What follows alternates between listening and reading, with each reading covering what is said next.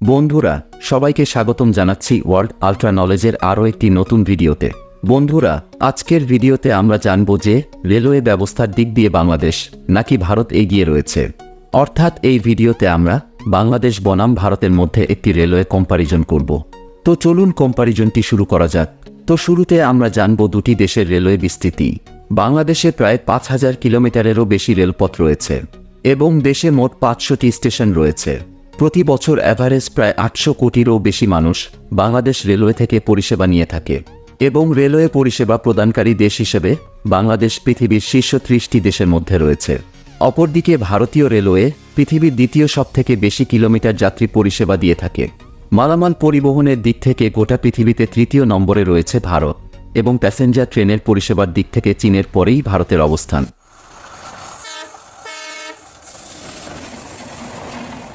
এবার জানব ট্রেনের গতি সম্পর্কে। বাংলাদেশে সোনার বাংলা ট্রেনের সবথেকে বেশি গতি রয়েছে এবং এই ট্রেনটির সর্বোচ্চ গতি হচ্ছে প্রতি ঘন্টায় ১২০ কিলোমিটার। অপরদিকে ভারতের ট্রেনগুলো এক্সপ্রেসের ক্ষেত্রে সর্বোচ্চ গতি রাখে ১৬০ কিলোমিটার প্রতি ঘন্টায়। এছাড়াও ভারতের এমন কিছু ট্রেন রয়েছে যাদের সর্বোচ্চ গতি প্রতি ঘন্টায় প্রায় ২০০ কিলোমিটার। তবে দেশ দুটির রেলপথের অবস্থা এতটাই খারাপ যে বাংলাদেশে ১১০-এর নিচে এবং ভারতে ১৩০ কিলোমিটার প্রতি ঘন্টার নিচে ট্রেন চলাচল করে থাকে। এর কারণ হচ্ছে বাংলাদেশ এবং ভারতের ট্রেনগুলোতে অনেক বেশি প্যাসেঞ্জার চড়ে থাকে। বিশেষ করে উৎসবের সময় প্যাসেঞ্জারের চাপে ট্রেন প্রচুর ধীরে চলাচল করে। অর্থাৎ বিভিন্ন উৎসবের সময় এই সকল ট্রেনে কোনো জায়গা ফাঁকা থাকে না এবং এই সময় ট্রেনগুলো খুবই ধীরে ধীরে চলাচল করে। তো এবার যদি দুর্ঘটনার কথা বলি, তাহলে বাংলাদেশের থেকে ভারতে একটু বেশি রেল দুর্ঘটনা হয়ে থাকে, কারণ বাংলাদেশের থেকে ভারতে প্রতিদিন অনেক বেশি ট্রেন চলাচল করে থাকে এবং বেশি ট্রেন চলাচলের কারণে ভারতে বেশি ট্রেন দুর্ঘটনা ঘটে থাকে।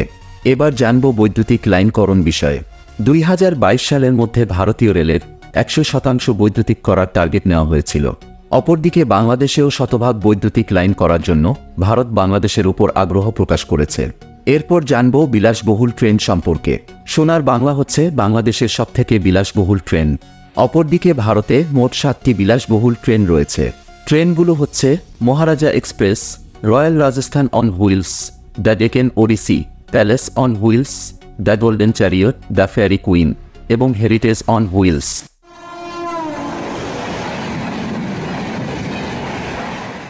এবার জানব মনোরেল সম্পর্কে।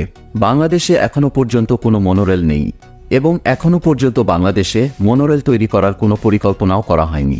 তবে অপরদিকে ভারতের মুম্বাইতে মনোরেল রয়েছে এবং এই মনোরেল ব্যবস্থার দিক দিয়ে গোটা পৃথিবীতে ভারত ৭ম অবস্থানে রয়েছে।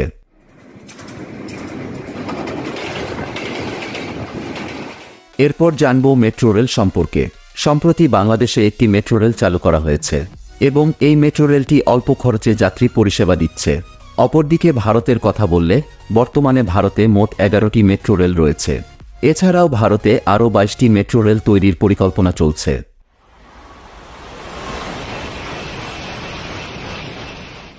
এবার জেনে নিই বুলেট ট্রেন সম্পর্কে।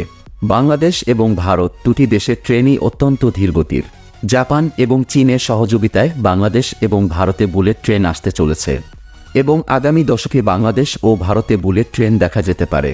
বাংলাদেশে বুলেট ট্রেন তৈরি হবে ঢাকা এবং চট্টগ্রামের মধ্যে, আর ভারতে বুলেট ট্রেন হবে মুম্বাই থেকে আহমেদাবাদ পর্যন্ত। পরবর্তীতে কলকাতা এবং দিল্লিতেও তৈরি করা হবে।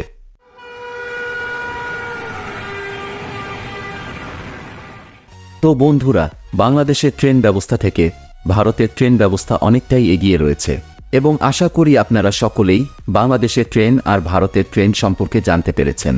এবং আপনি যদি বাংলাদেশ বনাম ভারতের অর্থনীতি সম্পর্কে জানতে চান, তাহলে পাশের ভিডিওতে ক্লিক করুন।